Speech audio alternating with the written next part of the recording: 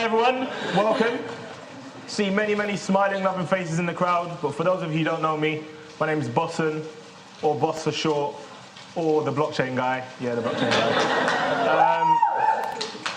So I want to first of all say that when Eric and I discussed this event a few months ago, I never would have imagined so many people in the room today. And I know for many of you, it's because of the free food in the back, but I'm very grateful that you're here anyway. So to provide a bit of context, last semester I took Erica's Interpersonal Skills and Embodied Leadership class, and the class is really to teach you some core skills about how to lead and deal with conflict, particularly in the business and in the personal world. For the first years in the crowd, it was one of my favorite classes at Haas, and word on the street is that ad drop is still open, so make sure you bid high, spend all of your points, because it's definitely worth every single one. So today what we want to do is we want to share with you some of the things that contributed to a breakdown between Erica and I in the class. And it's about an incident that's pretty common in society. It happens all the time. But there are a lot more levels and a lot more depth than we often take into account.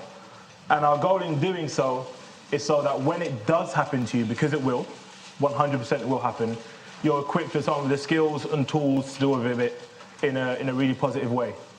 So very often at Haas, students and faculty don't get the chance to share the same stage. So when Erica approached me about this, I was super excited, and I'm buzzing to help build the Haas community in this way. So without further ado, I'll hand you over to Erica, who will kick us off.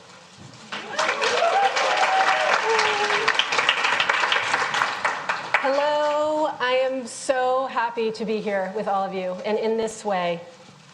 So if you just took a bite of your sandwich, chew, finish. So those of you who took the class and those of you who know me, you know I don't do anything without involving the body.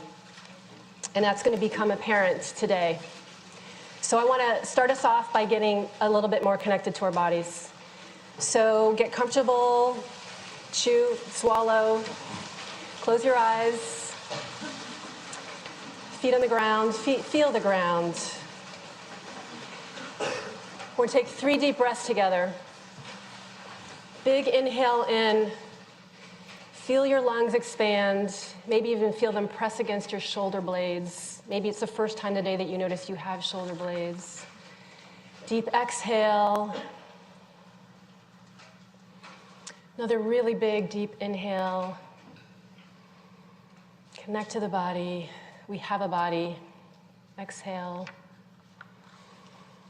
One more inhale. And a big exhale out. Yes. There's something so powerful, too, about breathing together as a group. So I'm going to frame today with why we're here, why I wanted to do this, which is basically Bos and I coming out to the public with a situation that was pretty challenging and oftentimes excruciating. And the reason is this. We all long for connection and belonging, and we need it, and we're hardwired for it. And we have a brain and a nervous system that is millions of years of survival DNA to keep us safe and alive, that is derailing us from connection all the time. And for most of us, if not all of us, in the 20+ years of school that we had, or work, family life, we didn't learn hardly anything to help us in those moments and to help us understand what is going on internally when I'm in my emotional reactivity. And what are some things that I can actually do in those moments to stay connected to myself or with you?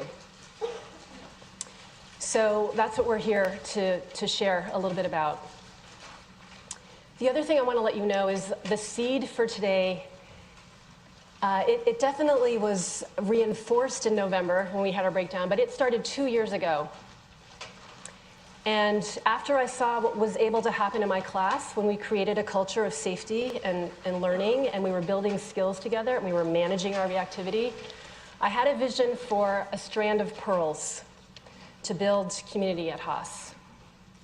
And each one of those pearls is a learning experience like today, where we come together in community, students, faculty, and staff, for community, where we share, listen, learn about each other, learn from our difficulties, and we build our capacity together by actually practicing skills. So we can work through moments of misunderstanding and conflict, which are going to happen, especially around social identity and power and status. But stay connected while we're doing it, and not just default to the blame and the judgment and the shame and guilt that so often come hand in hand with misunderstanding and conflict. So, what is it going to look like today? This is our agenda. So I'm going to go over quickly what are some key things that happen to us internally in moments of reactivity and when we're getting derailed from connection. And then we're going to basically try to bring that alive and go through the breakdown that we had. So we're going to reenact certain key moments, but we're also going to be in conversation reflecting back on that time from today. So we'll share our key learnings. But really where we're headed today, the goal is partner practice. So we are going to practice today because none of the information and knowledge you get from us is going to help you or save you in a moment of your own stress and crisis and reactivity. It's a practice. So we're going to do that today. So the first thing, what happens when we get derailed? I want to start with a quote that I open every class with. We're not sure if it's Viktor Frankl. It's attributed to Viktor Frankl, who was a concentration camp survivor. Between stimulus and response, there is a space. And in that space is our power to choose a response. And in our response lies our growth and freedom. And the problem is most of what happens in that space is unconscious. And we are reacting out of impulse, and there is no choice. The reason why the body is so important is reactions show up first in the body. Heart rate increases, breath gets more rapid or more shallow, temperature rises, I have sweaty palms or sweat at my brow. This happens in microseconds, way before our cognitive brain can even catch up and figure out what the heck is going on. So our brain is scanning for threats, trying to keep us alive so we can do the other stuff that we do. And when it perceives something that's even close to threat, it may not even be a real threat, all this stuff starts happening within microseconds. My heart rate increases, adrenaline starts coursing through my body, oxygen, nutrients, blood goes to my large muscles so I can either run or I can fight. And this is happening all the time. And this is happening, it's not only when like a car is coming towards me, but it's happening when I'm getting cold called in a classroom, when I stumble in an interview, or when I get home late at night and I'm tired and I walk in the kitchen and there's a sink full of dirty dishes that I have to deal with before I can do anything. This is all that's going on. And we usually have no idea. And it also happens between us. When we have a difference of opinion, we're working on a team, we have different work styles, we're stressing each other out. All the time. Second thing that happens is when I'm feeling stress and threat, I go into a defended and protective posture. So defensiveness can happen, criticism. Stonewalling is when I'm so activated, my heart rate is increasing, I'm stressed out, I'm overwhelmed. And so I then emotionally shut down because that's the only way I can take care of my nervous system, to just calm down. Contempt, if I feel so much stress and threat from you or something, again, my heart rate is increasing, my system is activated. And so if I decide that you have no worth or value, I'm less affected by you. And that calms me down and my heart rate goes down. So some of these things that happen in automatic impulse when we're in stress and threat, they're strategies that our nervous system comes up with to calm down. And there's research that shows that those 4 behaviors actually lead to relationship breakdown and failure if they continue to happen in a relationship. Third thing that happens, our brain makes up stories all the time, right? We're taking in data, we're making up stories. They're not true, but we think they're true. We're reacting on them, we're acting on them. We create a whole world about them. You all know this. This is our life, right? So we live in a world of self-generating beliefs, which remain largely untested. We adopt these beliefs because they're based on conclusions which are inferred from what we observe and our past experience. This is like not good science. So what does it mean, inferred from what we observe in past experience? So there's this image of an iceberg. Some of you know this. So everything above the waterline is conscious. It's our thoughts, it's our beliefs, not our beliefs, it's our behaviors. It's who we think we are or who we see other people to be. Underneath the waterline is everything that's unconscious, and all this stuff is what's driving our thoughts and our behavior. But again, we don't often know this is going on. And these are things like past experience, our memories, emotions, stereotypes, our social identity, bias, even our physiology. That affects how we behave and how we think. And again, this is happening to all of us. And we're basing actions on these stories that are not necessarily true. So what does this mean? How does this connect to Bos and I? Basically, this might not be new information, but I wanted to just do a refresh because I want you to look for this in what happened to Bos and I. And in moments of stress and threat response, our physiology prevents us from being able to connect and be in empathy with each other. We need skills and practices in order to manage our nervous system, in order to get to the place where that can begin to happen again. Are you with me? All right. So it took a lot of people to help us kind of re-engage and have the dialogue in class. Two of those are my good friends, Lou and Jamil, who will be joining us on stage a bit later. And also Mark, who was one of the co-facilitators in the group, along with Erica. There were a number of other students in the T group, some of whom are here today. So I want to say again, thank you to all of you all for being so patient and understanding on the day. And of course, we have Ling, who will be narrating today. He's another one of the facilitators. And Henry and Paul, who are towards the back, will be holding space for all of us. And there was Alex, Leslie was helping, Dean. Thank you.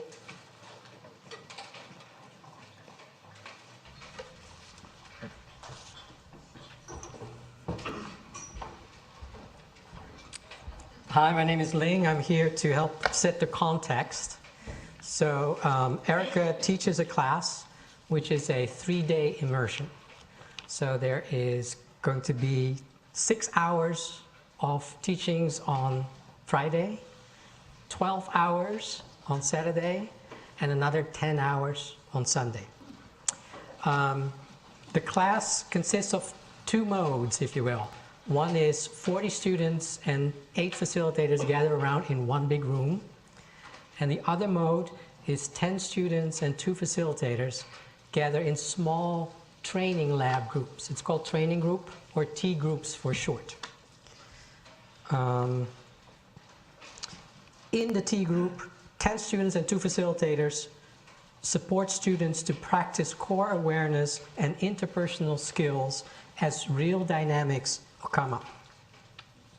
Danielle, Jamil, and 6 other, Bos, Lou, Jamil are in the same T group with Erica and Marc as their facilitators. During Friday T groups, Bos and Erica are building and deepening their connection. This included a moment of mutual appreciation for their shared commitment around diversity issues. So that's all happening on Friday, a little bit more on Saturday. Sunday morning comes up, and it's the 3rd day of the class. By now, each T group has spent many hours together practicing core skills and building safety and trust. The whole class is gathered together to debrief learnings. It's a large room, so as some of the students raise their hands, other students point around the room to help Erica to track who's next. A few students point directly to Erica's left. Anyone else sharing learnings? Jake.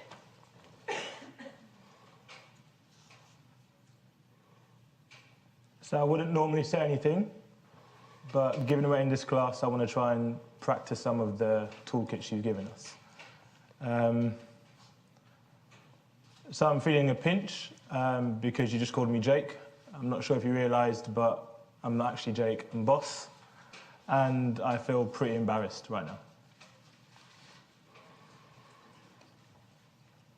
My heart is beating.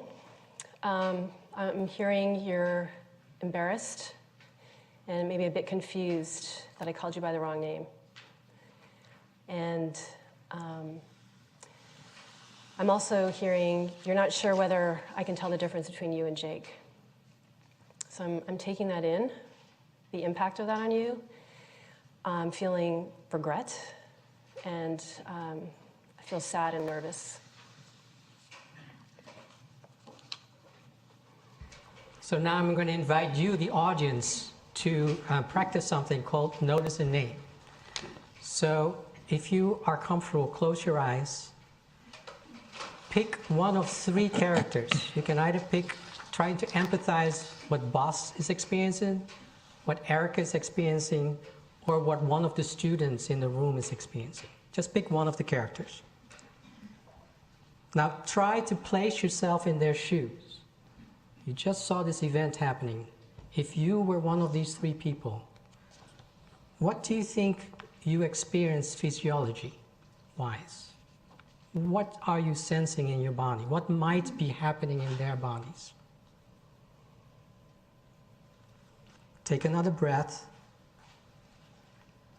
Now I'm going to ask you to imagine what this person might be feeling in a moment.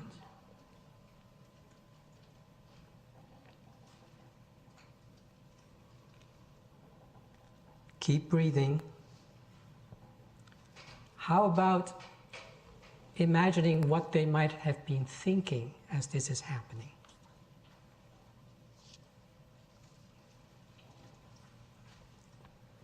Take another breath and open your eyes. This is one of the core practices that help Bos and Erica in their height of their derail. We call it Notice a Name. By putting words to our inner experience and reactions, we are actually engaging the prefrontal cortex, the thinking brain. Just enough so we're not swept up in the reactivity. It pauses and distances from the reactivity so we can lower our heart rate.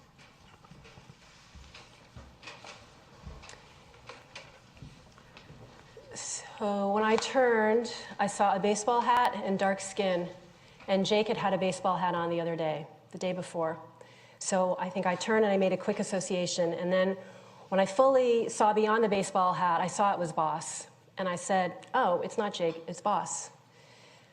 But it was clear from Bos's reaction that he didn't hear that. And I felt a pit in my stomach. Yeah, so I remember, waiting for the clarification, the self-correction, maybe like an apology to recognize that I wasn't Jake, I was the other black dude. And I heard nothing. And I remember looking around and seeing the faces of my classmates who were equally as stunned.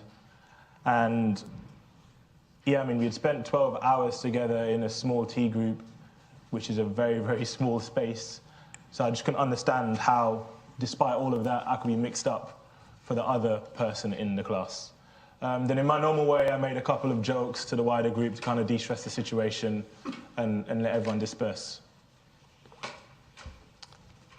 So between stimulus and response, there's a space. Let's examine what could happen in the space, or what is happening in space. Number one is the brain perceives a threat, and we get ready to defend ourselves. This happens in split seconds, right? If we don't create space to make a choice in the moment, we are only left with reactionary things. So we can actually react defensiveness, criticism, stonewalling, contempt, often blame, shame, guilt, and judgment. Third is that the brain makes up stories that are not necessarily true. And then we start believing our stories and we base our actions and reactions and behavior on them. So I guess in the context of these models, of the toolkits that we're given in class, I felt a threat from being called the wrong name. So for me, the story that I was holding was that Erica was unable to differentiate between two black people, despite spending many, many hours with one of them. And more importantly, it meant that perhaps she wasn't actually interested in the diversity and inclusion issue that we discussed over the last couple of days. And that was a pretty surprising thing to experience on a Sunday. And for me, I felt threat from being judged as a bad person because I couldn't tell the difference between Jake and Bos. I felt regret for how Bos was feeling and how it was impacting him, but I was in a bind. If I apologized and said sorry, I was nervous that that would be confirming my guilt and confirming the story that I couldn't tell them apart.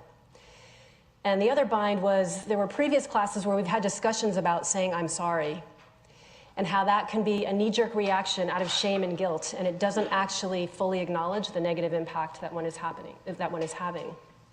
So in that split-second moment, I chose to not say I'm sorry, and I was trying to use other words to convey to Bos that I was really taking in the impact and feeling regret for it. So remember, this was on Sunday in the large room, and after this exchange happened, a few other students shared as part of the class debrief.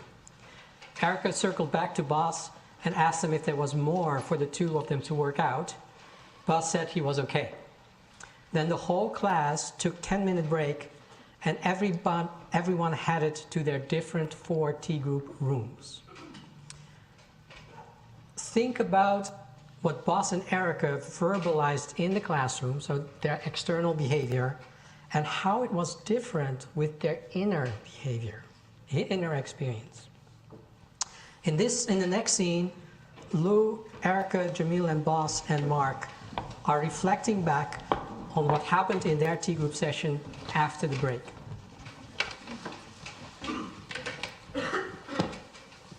So yeah, I remember feeling pretty uncomfortable about having to call out the professor in that way during class.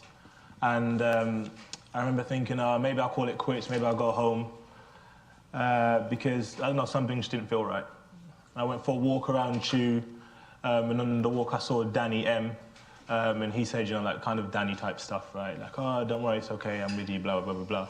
And he gave me kind of the feeling and the confidence enough to go back into the T group, because that's exactly what I needed to hear at the time. And as you all came into the room, I felt anxious. I rarely speak first in T group because I know I'm the faculty and I don't want to influence what gets talked about. I want you to have the space to decide for yourselves. But in this case, I felt the tension between Bos and I. I knew I was not going to be able to be present for everyone's learning. So I actually chose to speak up. And Bos, I then checked in to see how you were doing and if there was anything that you wanted to keep talking through with me. Yeah, I obviously can't remember what my response was to that question, but I do remember having the ominous sense of dread that, we're going to spend 15 minutes talking about my personal feelings and how I felt in the situation. And I was super self-conscious about taking up the time, right? So this is an issue that we've been discussing on campus for at least 12 months. It was a big issue, and I was conscious that I didn't want to take the time of the other people given these wider conversations. So I remember asking you all, are we all right to continue? Do you want to do something else? Do you want to talk about something else? And to my disappointment, you guys were like, no, continue, Bos. You can talk about it. Yeah, so actually in that moment, I remember that the day before, we were partners and we were practicing empathetic listening. And you told me that it was hard for you to express anger when you experience racism or you are close to an incident about that, because you don't want to feel in the stereotype of the angry black man. So when this incident happened, and I saw you speaking up in front of the whole class, I knew that you were taking the courage to say that you were not okay with that. And then in the T group, when you were talking openly about this, I knew that you were putting yourself in a position of vulnerability. So in that moment, I wanted to express my support to you. So I remember I said, so you don't want to talk, but you are talking, right? A lot. And I know it's not easy for you, but please don't worry. Stop apologizing. You are not stealing our time. Actually, you are giving us a gift because we are learning from this event a lot, and we are here to listen everything you need to say. Yeah, and I remember this being a moment of very high emotion.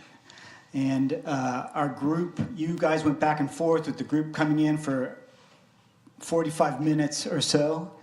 I was feeling so much compassion for both of you. Bos, I remember you seemed really triggered. You were experiencing some really difficult emotions. I think I heard you mention anger, resentment. There may have been some contempt in there. I think some desire to lash back at Erica. And I even believe you named a belief that Erica perhaps had done it intentionally, which she'd said. But what was amazing me the whole time and giving me some hope, even though these things you were saying were so hard, is you were practicing, in fact, one of the main principles in the course, which is notice and name. And you were owning your emotions, you were naming them, you were owning that these were your thoughts, here's what I'm thinking, but you were creating that little bit of space or distance, respecting your thoughts and emotions, but not being completely possessed by them. And I thought that was helping to stabilize the group so we could stay connected with you. I recall Danny speaking up. Unfortunately, he can't be here, but I remember him speaking up to empathize with both of you. First, he said, Erica, I could see how this could be an innocent mistake to just call someone by the wrong name at quick glance, and didn't see any, sort of ill intention in it. But Bos, I thought it was really powerful when he said to you that he saw this as a much larger ocean of pain that you were dealing with, and that this particular incident was just a drop in that ocean. Yeah, and I remember at the time I was like, I genuinely couldn't see how it was a mistake, right? Or perhaps I just wasn't interested in another honest mistake. At the time I'd been taking the dialogues on race class, and we'd learned about microaggressions and what that meant. So that was super, super conscious in my mind at the time. I mean, for me, Erica was the professor, the expert. We'd been together for a long, long time. We'd spoken about many, many things. So I don't know, it just seemed strange to make that kind of mistake and then not correct yourself. Yeah, I felt very sad and heavy that you thought it was intentional. You didn't think it was an honest mistake. And I was nervous about being perceived as confirming the stereotype that I couldn't tell two black men apart. I will say, when you were naming the emotions, like around contempt, disgust, that actually calmed me down, because I knew, oh wow, Bos is really worked up, and in his nervous system, he's trying to calm down. And at that point, actually, I was able to take it a little bit less personally. I was noticing you, Erica, at some point, Bos is saying these very hard things to take in, and I could see you just kind of leaning back. Leaving my body? Yeah. I could see you kind of pulling into yourself. I saw your eyes rolling back in your head, which is usually a sign somebody's thinking. And I didn't know, what you're doing, looking for inner resources, thinking what you're going to say to Bos, plead that he would understand you. I didn't know what it was. But I noticed that Bos, what he had been saying to you, he was kind of left a bit hanging. And I felt this need for you to connect with him. So I made a small intervention, which I stepped in. I said, Erica, do you think you could reflect back to Bos what you hear him saying? And my hope was that way you could reconnect with him and help him to feel heard and be with him. Yeah, I was so relieved that you did that, because I was getting swept up in my own hurt from being misunderstood. And so I did. I think I was able to refocus, like make some eye contact, and just really try to practice. And what is Bos feeling right now? What is he saying? Can I hear that? And Erica, when you did that, it occurred to me that there clearly was a misunderstanding. And I was seated between the two of you. I could feel the tension and this void. So one of the things I was trying to work on for the weekend was empathetic listening. And I thought this was a good opportunity to try it. So I asked if that was okay with the two of you, and you said, sure, give it a shot, after we've been at this for over an hour.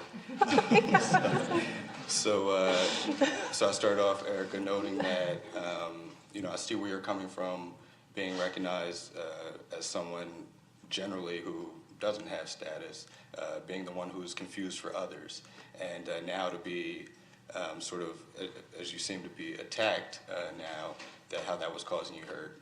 And I could sort of relate to that as someone who historically never had status, was underprivileged, but now can recognize the status that I do have. And Bos, at the same time, knowing you personally, taking dialogues on race with you and so forth, and I knew how taxing all the work you were doing around DEI was on you, and how you felt about sort of the administration at that time, and how this was kind of, like Danny well said, a drop in the ocean. So I wanted to try to acknowledge that I was hearing that from both of you, and to just say that I support you and understand where you're both coming from that standpoint. Yeah, I was so relieved both of you spoke and shared your perspective, but also empathized with both of us. Because I think it could have been so easy. I think I was prepared for you to reject me as sort of the faculty or the authority person. And when you really saw my experience, I was so grateful. And I knew I couldn't be the one to defend myself with Bos, but I thought maybe he could hear it from the two of you. I saw how sad you were, Erica, and I understood and felt empathy for how you felt, because since the beginning of the class, you were expressing so much care for all of us and really putting a lot of effort in remembering our names. And I was really impressed about that. So day one, you were calling everyone by their names. And that was remarkable for me. So when this incident happened, I honestly, I knew that it was not intentional from you. So it was an honest mistake. And I knew that, and I wanted to recognize that to you in that moment. So I remember I did that. I was so grateful.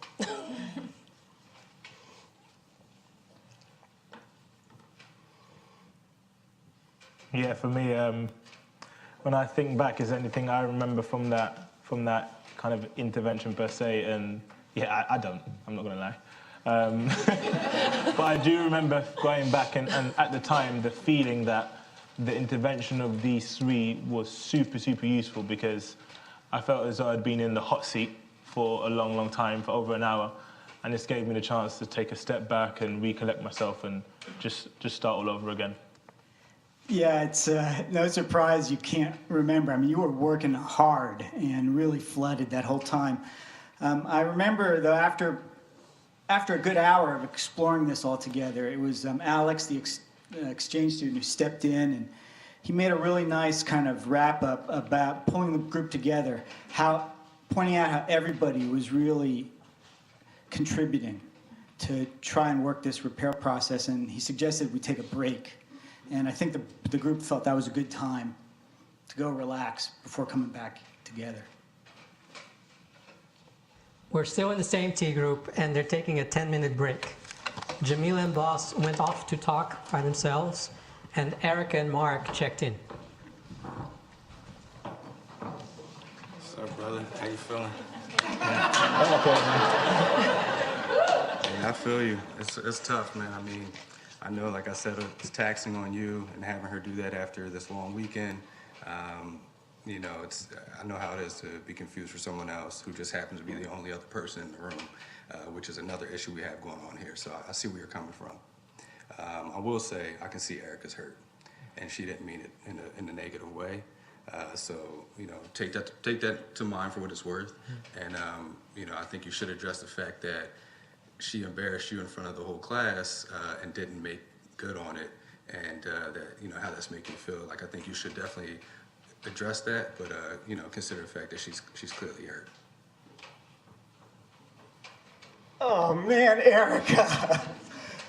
Oh God, it must be so hard to feel this misunderstood. I'm really feeling for you right now. But we got to remember, I think this is not about you right now. I think your job right now is to make sure Bos feels heard. So I want you to acknowledge his emotions, reflect back what you're hearing him say. Then, hopefully, taking up some of that energy from him, he'll have the capacity to hear some of your story. Oh, God. After the 10-minute break, they're back in the same T group.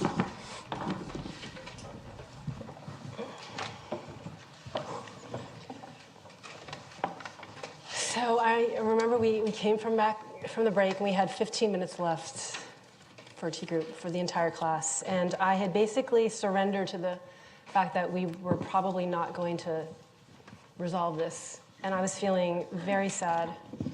Not just sad for us, but I was feeling sad for the whole group that wasn't going to happen. But as I sat down, I noticed your body language had changed. And you were kind of leaning forward and towards me, like for the first time in 90 minutes. Yeah, I mean, I guess I was able to reflect on what Jamil said. Naturally, I don't remember the actual words, but I do know him and I trust him, and I know his experience being a brother in the US. So I think he said some things which helped me to recognize that you were putting yourself in a vulnerable position, and that maybe the stories I'd created in my head about your intentions were not correct.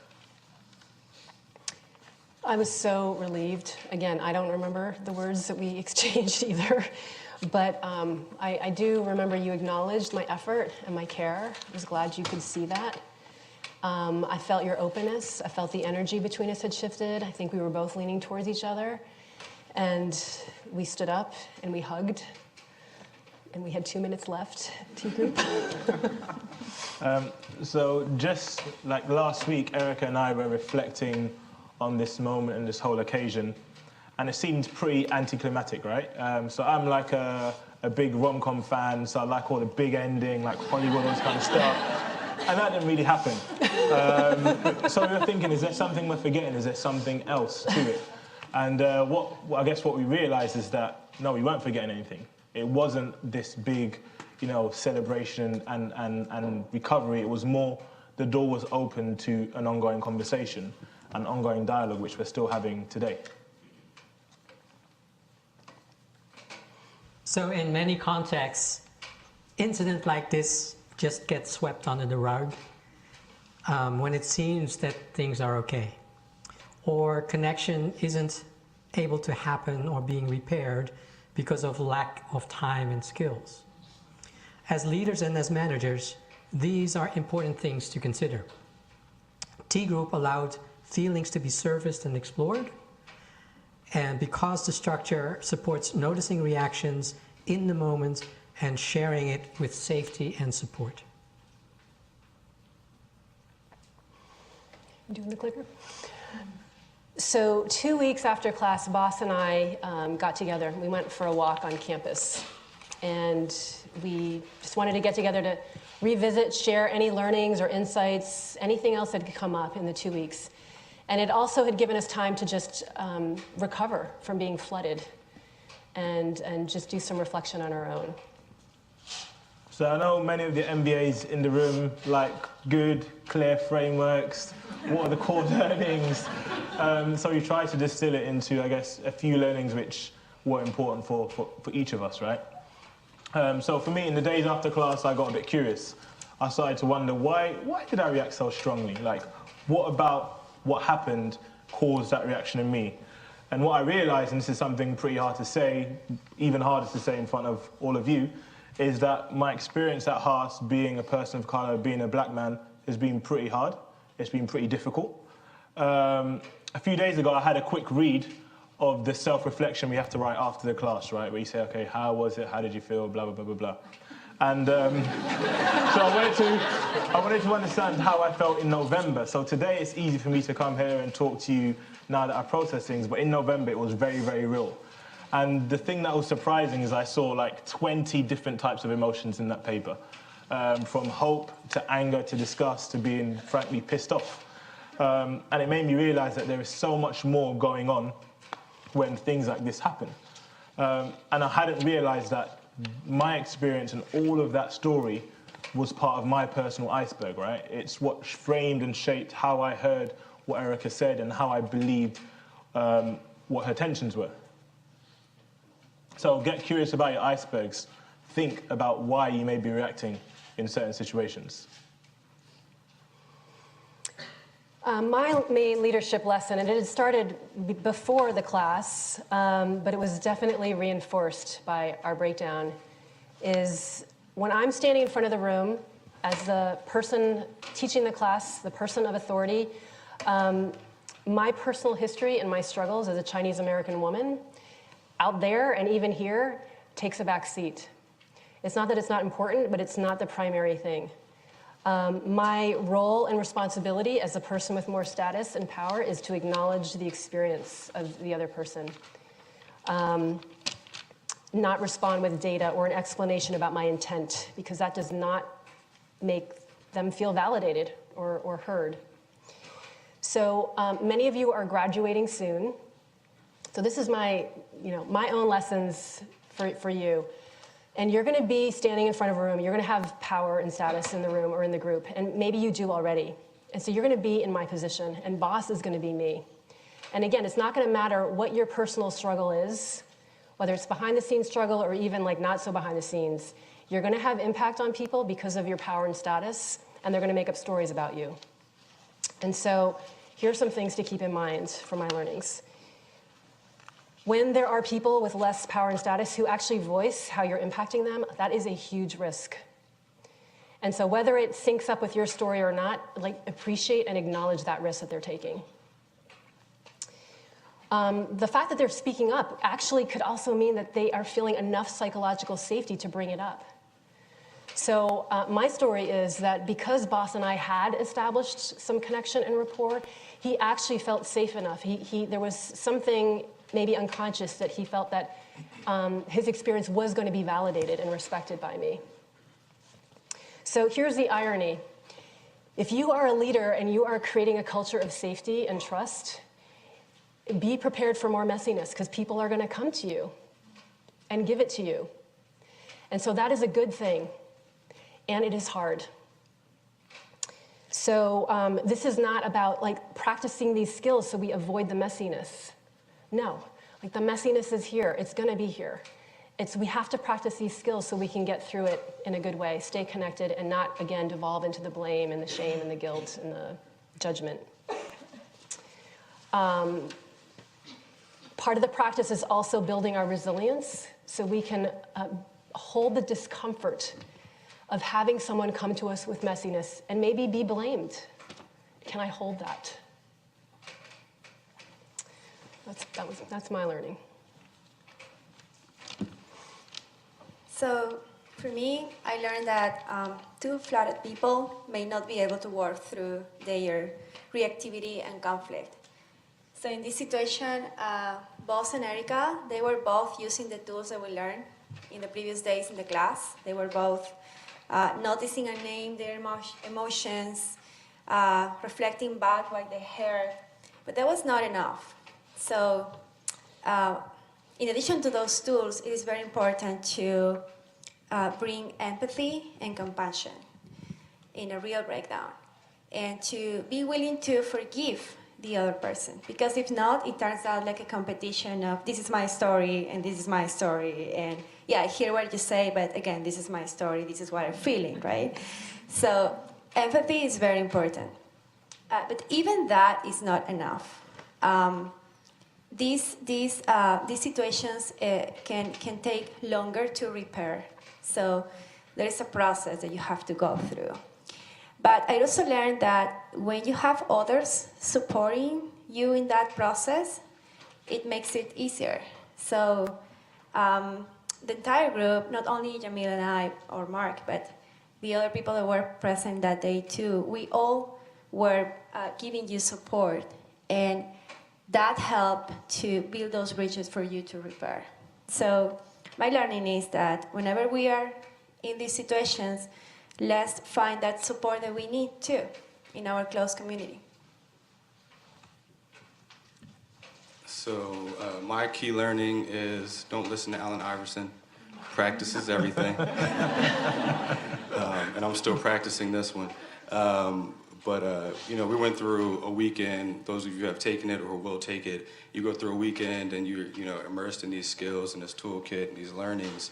And by the end of it, I was a pro. I was going home working on it with my wife and kids. And I listened to her for 2 minutes without talking. And she didn't even know what to say at a minute and a half because she ran out of stuff to say. But, it's just one of those things. And then a few weeks back, I met with Marc just to touch base, talk to Erica, and it's like, now I don't use any of this stuff, right? And it just shows how unnatural it is. But this situation that we just went through today shows how important these skills are.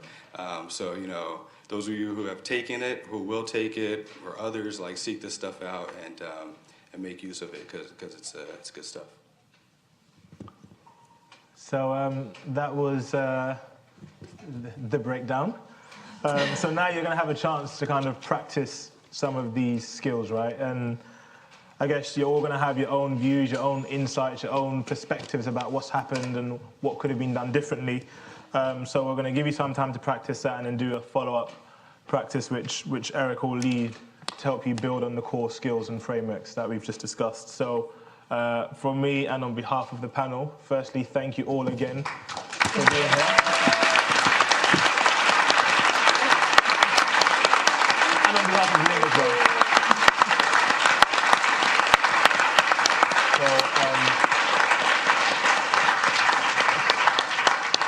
So I'll hand it over to Erica to lead the partner practice stuff. Great, and you can do the practice. So this is going to be a little warm-up. So you're going to partner with someone next to you. And this is not going to be a conversation. So stay with me. So choose who's going to go first. And here's the question. An insight, a learning, a curiosity that I'm having is, and you're going to share for a minute, minute and a half. And the other person is going to listen with empathy, non-verbally. And it sounds really easy. Oh yeah, listen with empathy. I know how to do that. We don't know how to do that. We have not learned how to do that. We have learned how to listen for ourselves. To learn and get the information so I can do better on the test. Or I listen to you so I can come up with something smart to say or fix your problems. We do not learn how to listen to the benefit of the speaker, to help them just feel more settled, more relaxed, more safe to just keep sharing. So nonverbal, just be present, be holding space, and we'll time for you. So choose who's going to go first. And then go ahead. An insight, learning, or curiosity I'm having is...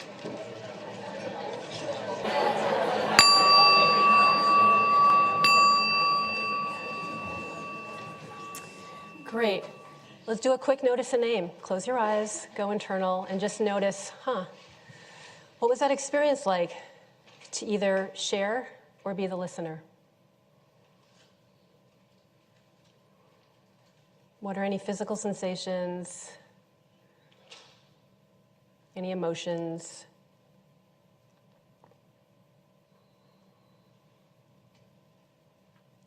And take a deep breath in. And an exhale. And then we'll switch. So next partner. An insight, learning, or curiosity I'm having is...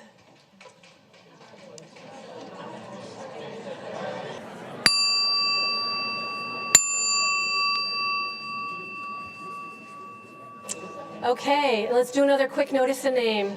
Close your eyes. Just be with your experience. Take a deep breath. and notice what that was like.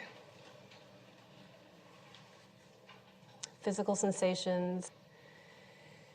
And a big exhale, let that out. And we're going to just hear from a few of you what came up. And you're going to scribe, lingual scribe. We'd love to hear, and we have some microphones. So insights, curiosities, questions.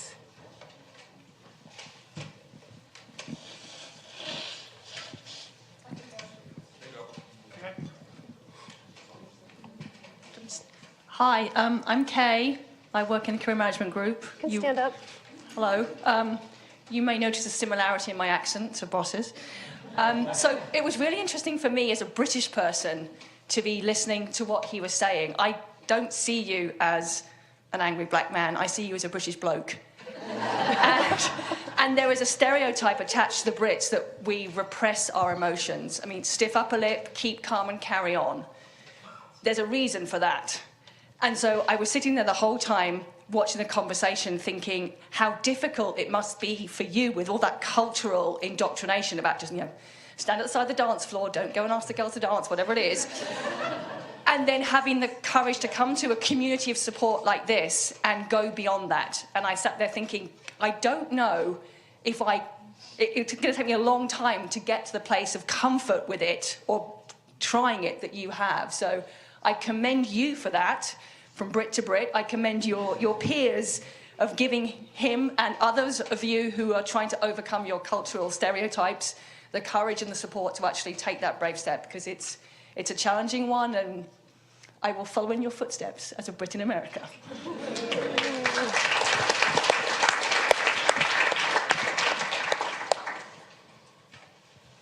Anybody else? Trisha. Thank you both for sharing. Well, thanks everybody who shared. The whole story about the incident made me think about how easy it is for our brains to just make assumptions and make up stories, and how when you're doing that, the impact that it has on other people, and how it can be just to be more conscious of that. And sometimes taking a minute, even a pause, to really make sure you're listening and seeing someone and hearing them, because I feel like I do that, all the time. And even if your intentions are great, I thought that was powerful in talking about really recognizing the impact that it has on someone else. Thanks, Trisha.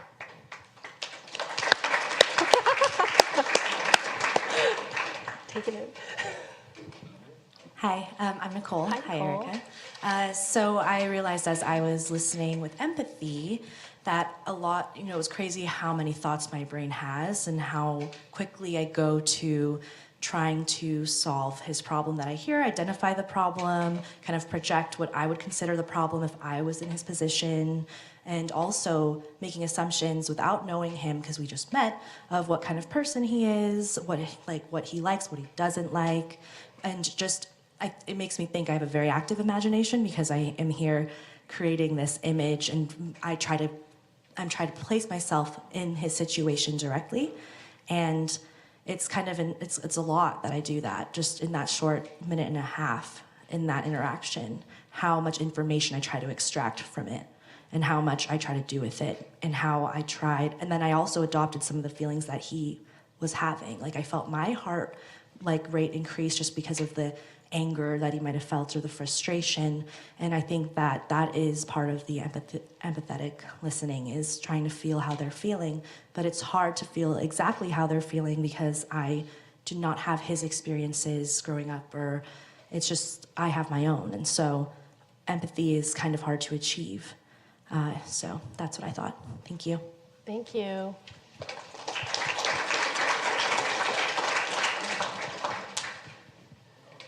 Oh, Elaine. Hi, I'm Elaine. I'm coming off a conversation last night with a close friend about a related incident, and we were talking about how even when you can understand that the other party has good intentions, there's still so much hurt that's generated from an incident like this. And I really appreciated you, Erica, acknowledging in the second learning that like sometimes you, as a leader, need to let go of your own story around it and kind of let the other person have their story. But I'm still kind of thinking about and processing like what does that mean when even if somebody has good intentions, you still have a lot of hurt. And so that's what's coming up for me. Thank you. Let's take one more from Bree. Thank you, everyone, for the courage in sharing this. And one of the things that I noticed and thought about a lot was about the other effects of interactions like this. So specifically for a person's name who was mentioned, Jake, during this entire interaction, where he actually wasn't kind of brought into the conversation initially. And just thinking about that he is not just a name, it wasn't just his name, he's a person, and that he must be feeling something as a result of not only what happened in class, but also what's happening right now.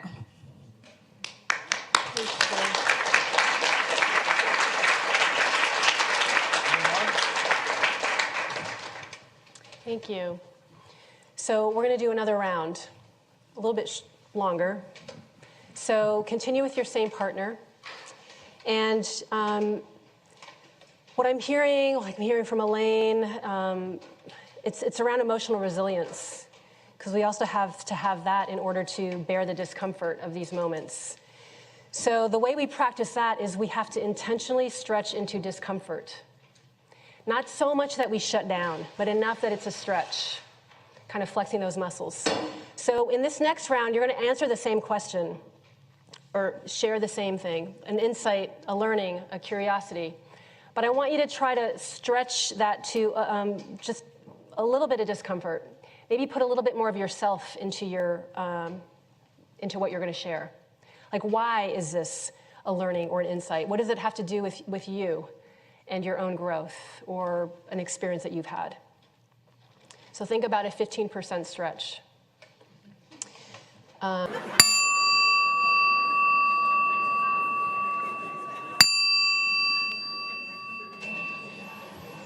Okay, listener, we're going to practice empathetic listening, but we're going to really practice empathetic listening. But here's the way you're going to do it.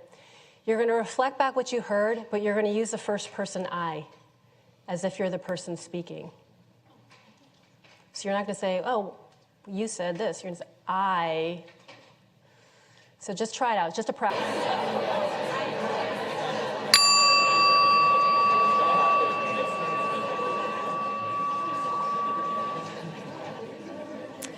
Okay, let's do a quick notice a name. So close your eyes and check in with yourself. And then just also register, were there any stories that I started making up?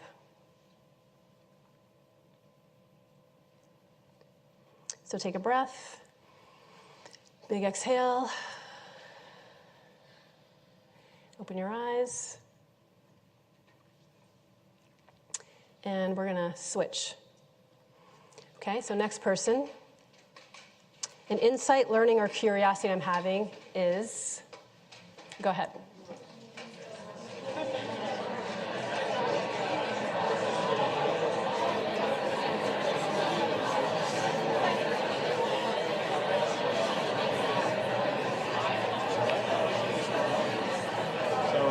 Context of what I'm about to say, I'm a super stickler for time, just to frame what I'm about to say. So I just want to remind you we have like 5 or 6 minutes. Yeah. So I think we're doing pretty well. Yeah. But I'm really, really conscious that we want to have time to do our closeout. Yeah.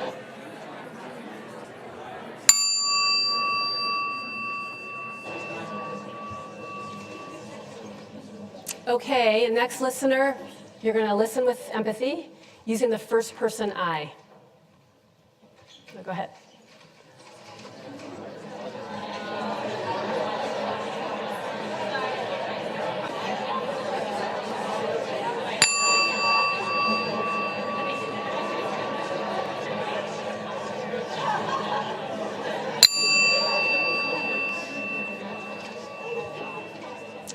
Okay, I think you're getting the drill. Notice a name. Close your eyes.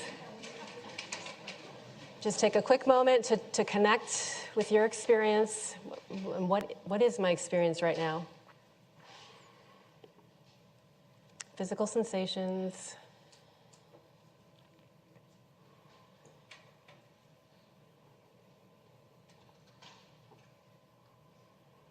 Any emotions? And speaker, if you could notice what was my strongest moment of connection with the listener and my strongest moment of disconnection.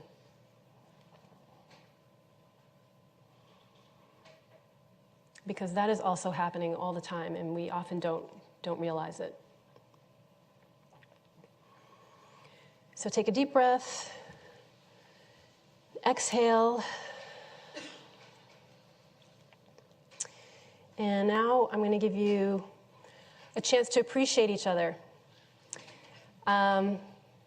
It's not a conversation, it's one at a time, so you can fully give and you can fully receive. And the prompt is, I appreciate you for supporting my learning through this practice by, and it's something that your partner did, said or did to support your learning. Okay, so one of you go first.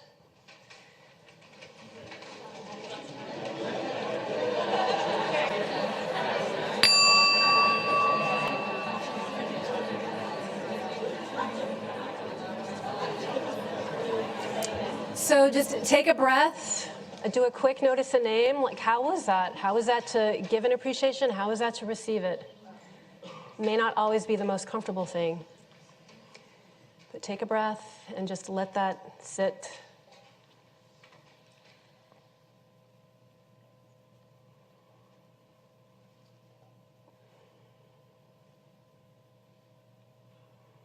Deep inhale.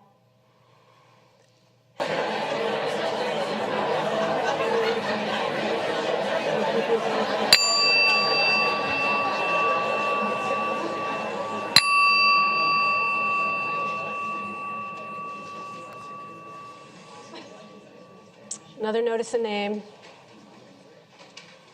What was that like in the different role?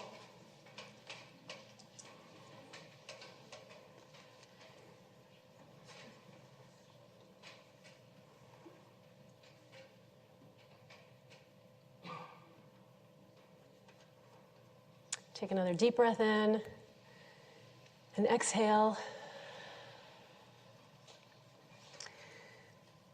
So thank you for engaging in the partner practice. That was a quick version, but wanted to give you an experience of how it's actually not that easy, even when not in a lot of stress. And you can imagine when we're in stress, how much harder that is. And they seem like very basic, but here's what I want to leave you with, and then we're going to do our close, is I'm hoping you're getting, it's all about the nervous system and regulating it. And when we share with a caring ear, when we hear ourselves reflected back, when we're giving and receiving appreciations, that can actually co-regulate our nervous systems together interpersonally. So there's more to it than just like, oh, can I practice a skill? But it's actually building safety and trust and helping us calm down. So yeah, I was wondering how best to kind of close this out. And I guess I'd say that entering into dialogue is always pretty difficult, right? And it's more so when your body's doing crazy stuff that you don't realize, which make it hard to listen or to speak or to communicate effectively. So even now when we're doing the setup, it still evokes something, right? And like Bree said, there are other people who are involved. There's Jake and there's every other classmate who was there at the time who felt something. So being conscious of that is super, super important. One thing is owning your own impact is a difficult thing to like conceptually understand for me, because it means that whatever I do is almost irrelevant. It's what someone else receives. But it's something that is a really critical skill as we all go out to be leaders and just in the day-to-day life in the last 4 weeks for the second years here at Haas. I'll probably finalize by saying when things happen, follow the pinch. So I wouldn't have normally said something, I did, and now we're here having this amazing day. You get free food. So follow the pinch, because it's definitely worthwhile. My parting words is I hope today and the way what we shared and how we shared also conveyed that diversity is not just a topic, although often it's treated like that. And diversity lives out in us. It's our social identity and how that intersects with power and status in our larger context. And for most of us, if not all of us, there's some pain and struggle in that. And we carry that ocean of pain, and then that struggle, it plays out in our reactions between each other and in our interactions. So one of my hopes is that from this thing that happened in our process, that we remember the complexity and the humanity in each one of us, no matter where we are in a breakdown. And can we get out of judging each other for our failings and practice the skills and manage our nervous system and build our resilience so we can reach for each other's struggles and to understand each other and how our struggles are impacting each other, and not devolve into this binary thing of right, wrong, and blame, shame. So for me, belonging and acceptance and inclusion in community is about skill practice. Because knowledge and topics are not going to save us in our moments of breakdown. But understanding each other, having our community, reaching for it, taking some time out, that was all what got us through this. And this is what we need in order to live together, right? And work together. I mean, this is our life. And we didn't get much of this anywhere. So I hope we can continue to practice together. I hope we can keep coming together and building ourselves, investing in each other and our community. And if you do not have a daily practice that helps manage your nervous system, I strongly encourage to consider that, because that is all that we have, really. So thank you so much, and Bos.